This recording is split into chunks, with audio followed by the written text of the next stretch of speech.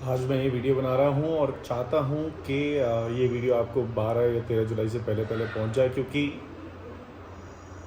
मैं चाहता हूँ ये जल्दी से जल्दी लोग अवेयर हों मेडिकल सिस्टम्स के बारे में कि आपको खुद ही ध्यान रखना है, अपनी सेहत खुद ही बनानी है। हॉस्पिटल्स पे किसी भी चीज़ पे डिपेंडेंट नहीं होना है। प्रॉम्प्टली आपको अगर कुछ लग रही है दिक्कत तो डॉक्टर्स के पास जाना है। वहाँ मेडिकल सिस्टम की आपको स्थिति पता है कि क्या होने वाली है, जो कि मैंने आगे वीडियो में बताई भी है। तो मैं चाहता हूँ कि बस जल्दी से जल्दी लोगों को इसके बारे में पता चले और वो प्रिपेयर कर लें खुद को।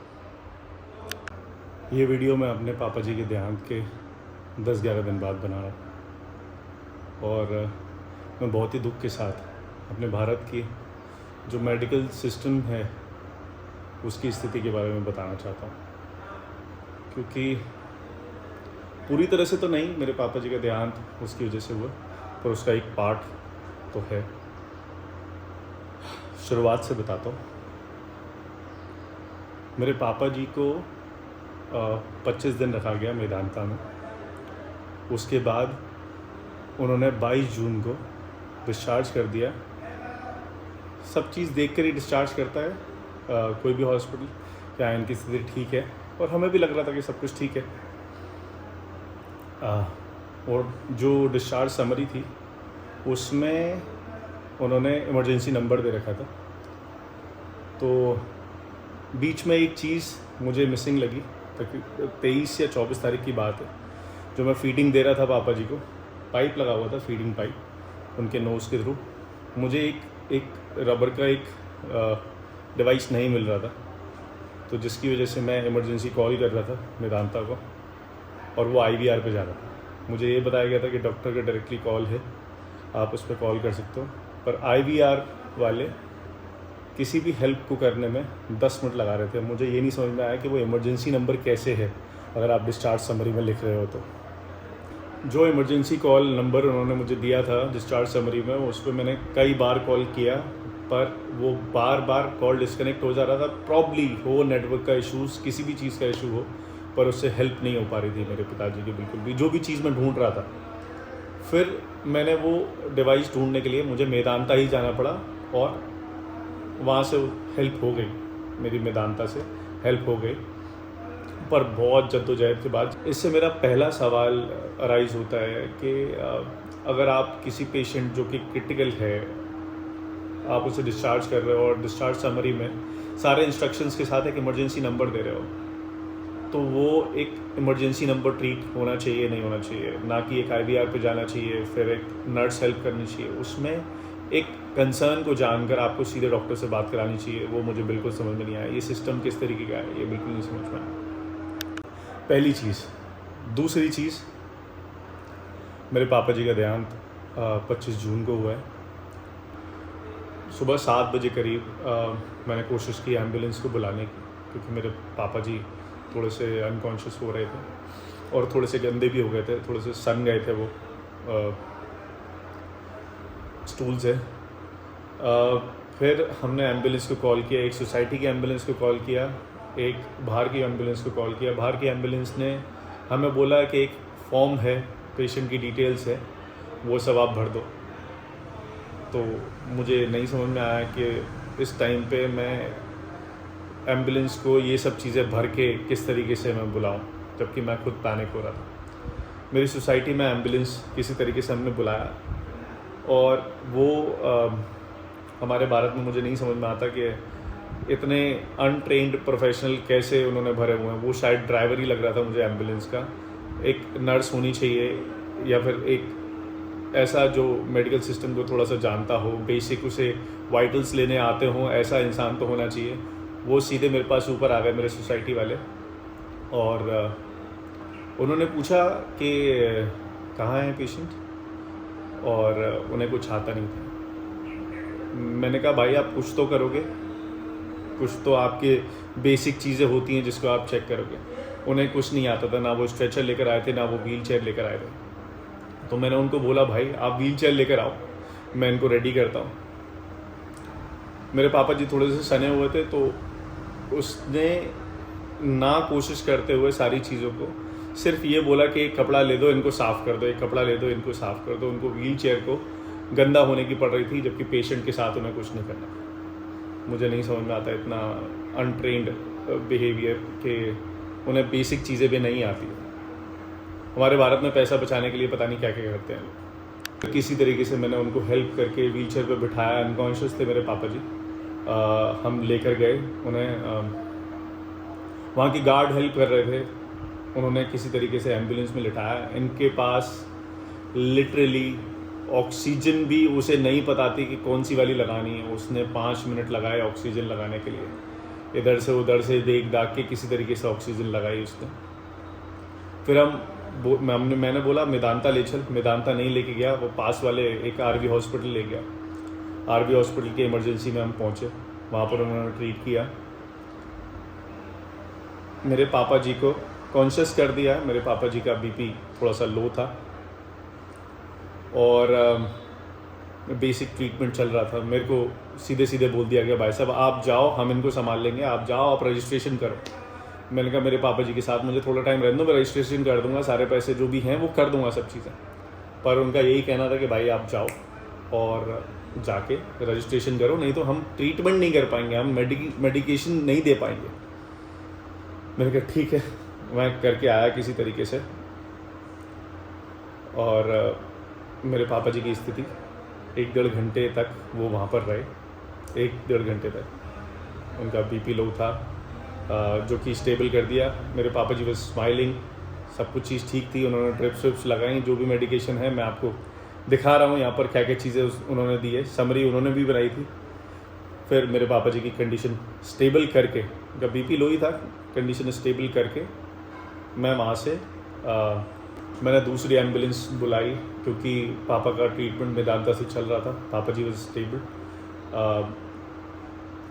दूसरी कहीं से जुगाड़ की, जिसने मुझे बोला कि भाई साहब एम्बुलेंस के 2500 रुपये लगेंगे। मैंने कहा कुछ सर्विस है तुम्हारी एम्बुलेंस में, अगर कुछ पेशेंट को होता है, कुछ है ऐसा सिस्टम जिसकी वजह से।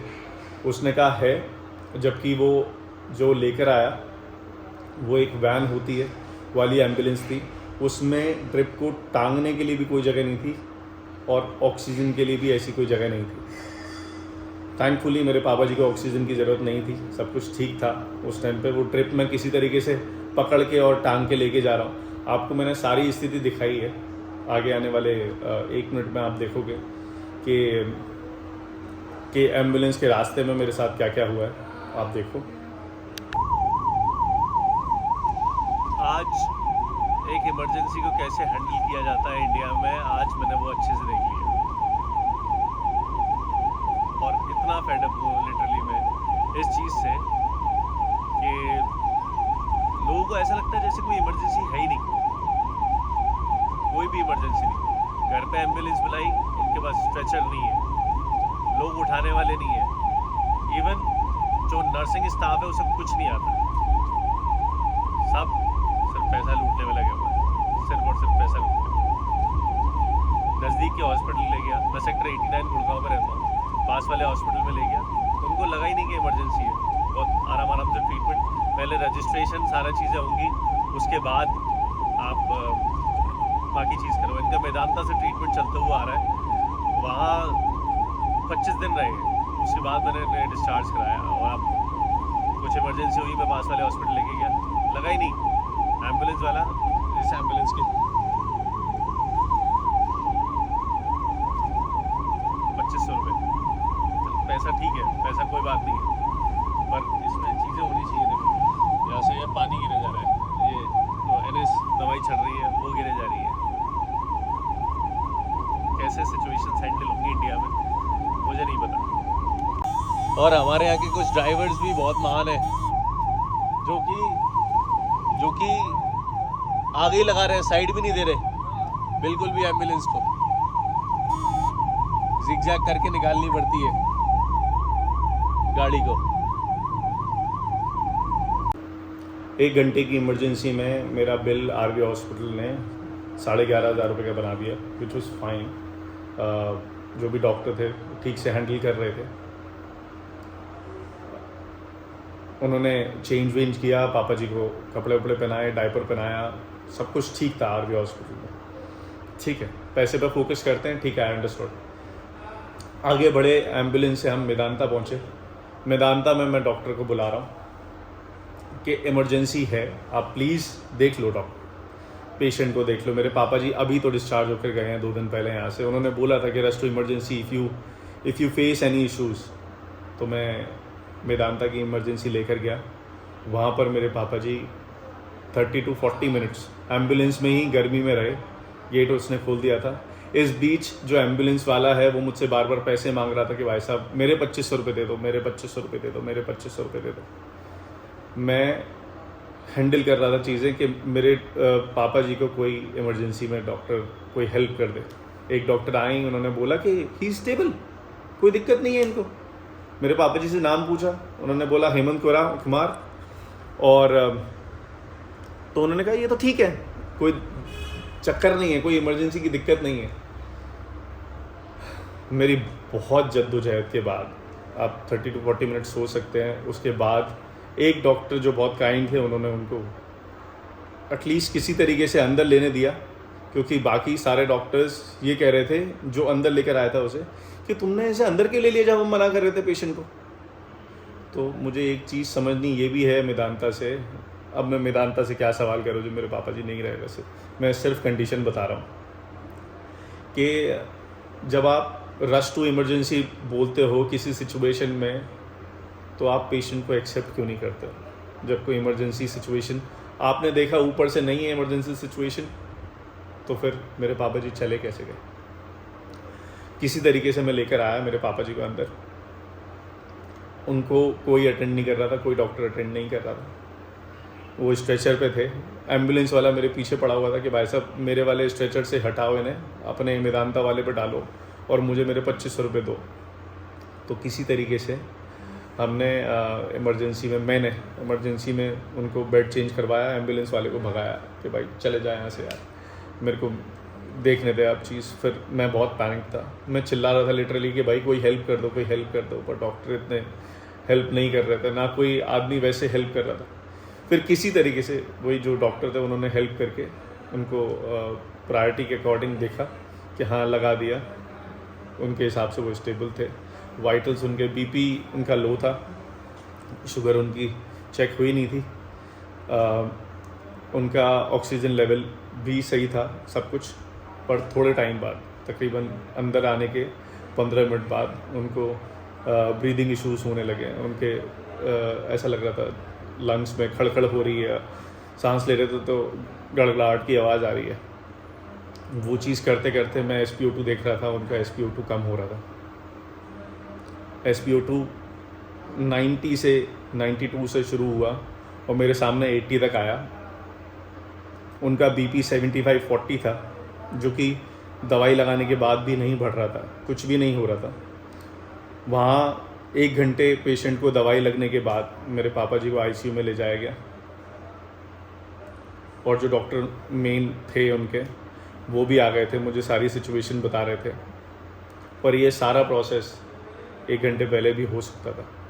एक इमरजेंसी को इमरजेंसी की तरह ट्रीट किया जाता। तो वो डॉक्टर्स खुद रोक रहे थे कि आप अंदर क्यों ले आए इनको, और अगर चेक कर लेते, जो वाइटल्स उनके चेक होते हैं वो साथ के साथ चेक कर लेते, तो पता नहीं शायद थोड़ा टाइम और चल जाते मेरे पापा जी। पर ऐसे मेरी पैनिक की सिचुएशन कम आती, मुझे बता देते कि क्या हो रहा है, क्या चल रहा है, चलो ठीक है, नहीं होता डॉक्टर के पास टाइम।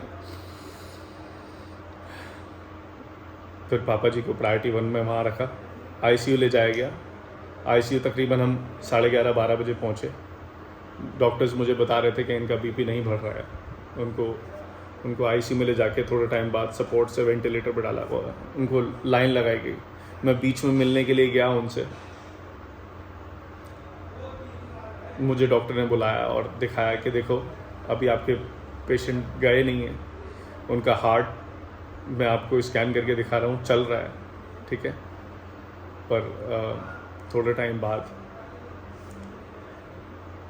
बाद उनको उनके हिसाब से हार्ट अटैक आया, जो कि पहला आया जिसमें वो उनको रिवाइव नहीं कर पाए। पहले वाले में रिवाइव कर लिया, दूसरे वाले में रिवाइव नहीं कर पाए। समरी में सेप्टिसीमिया लिखा है, उसमें मैं समरी भी अटैच कर दे रहा हूँ कि आपको पता चले। पर ओवरऑल ओवरऑल मेडिकल सिस्टम का मैं ये समझना चाहता हूँ कि एक इमरजेंसी को इमरजेंसी की तरह क्यों नहीं ट्रीट किया गया। जब आप इंस्ट्रक्शंस देते हो, मेदांता जैसा बड़ा हॉस्पिटल, शायद मेरे ख्याल से नॉर्थ इंडिया का one of the biggest hospital में से एक है वो, और वो इमरजेंसी की तरह ट्रीट ना करे, और जबकि आपका वो खुद का पेशेंट है। इस बीच में मुझे इतने सारे अप्रूवल्स लेने पड़े क्योंकि मेरे पापा जी का रेलवे का पैनल था। मेरे पापा जी रेलवेज़ में काम करते थे, तो मुझे इमरजेंसी के बीच में ही फ़ोन करवाने पड़े अप्रूवल्स के लिए कि भाई साहब, पर मैं ये बता रहा था कि भाई अभी तो यहाँ से डिस्चार्ज होकर गए हैं 2 दिन पहले, और इतने अप्रूवल्स की इस टाइम पे क्या ज़रूरत पड़ रही है। पर उन्होंने मुझे बोला कि भाई साहब दवाई नहीं चढ़ेगी, आप प्लीज़ चेक करवाओ। फिर अप्रूवल आया उनका, आईसीयू भी हाल एकदम से सही हो गया, सब कुछ चीज़ चालू हो गई, डॉक्टर ने काम करना शुरू किया तरीके से। डॉक्टर मैं देख रहा था, डॉक्टर मुझे बता रहे थे कंडीशन। डॉक्टर्स जो इमरजेंसी में डॉक्टर थे उनको शायद आदत हो कि हाँ पेशेंट को किस तरीके से हैंडल किया जाता है, पर उन्हें शायद नहीं पता पड़ा कि पेशेंट की इमरजेंसी है या नहीं है।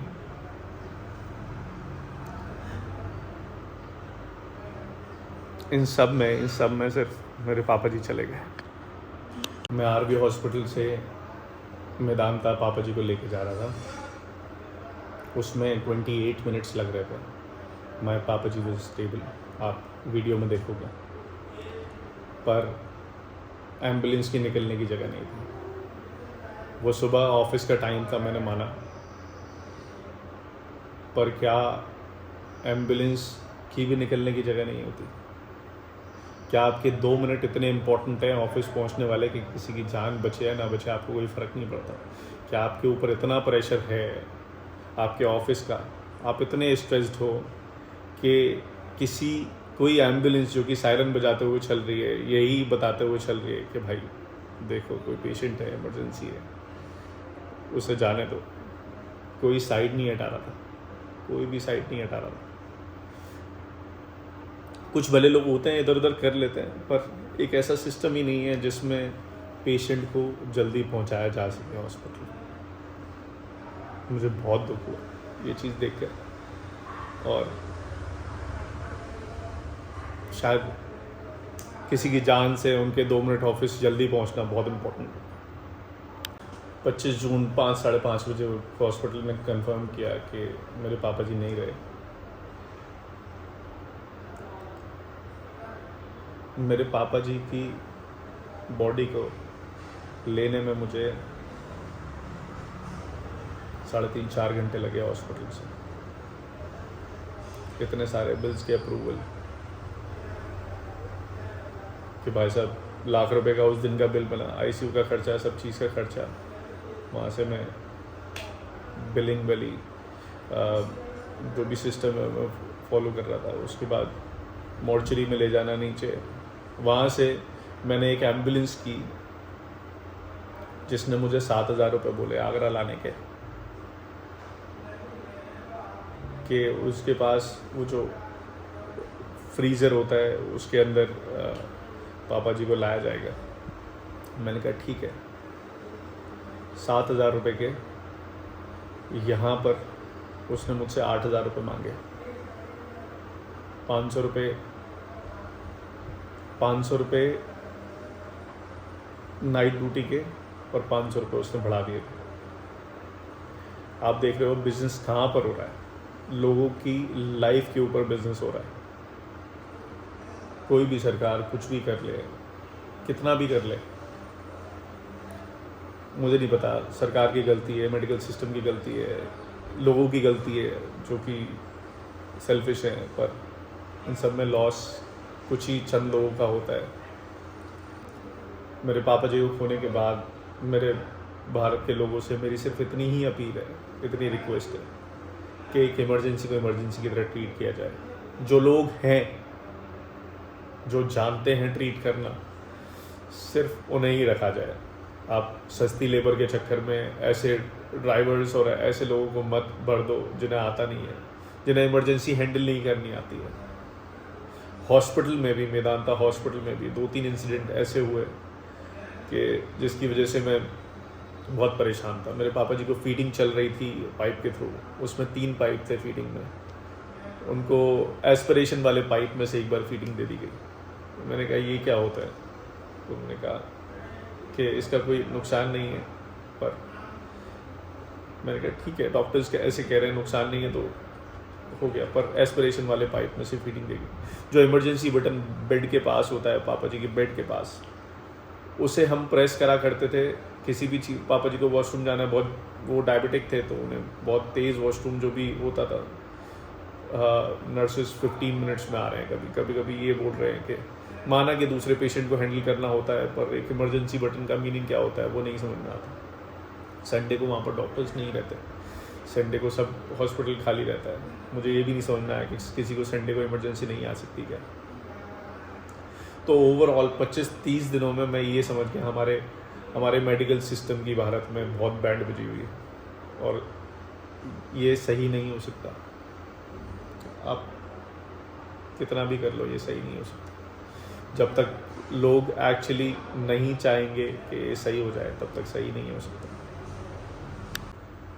मेरे पापा जी को खोने के बाद भी मैं यहाँ पर किसी को यहाँ पर ब्लेम नहीं कर रहा, ना उस एम्बुलेंस वाले को, ना उन सड़कों पे लोगों को साइड ना देने वाले को, ना किसी हॉस्पिटल को।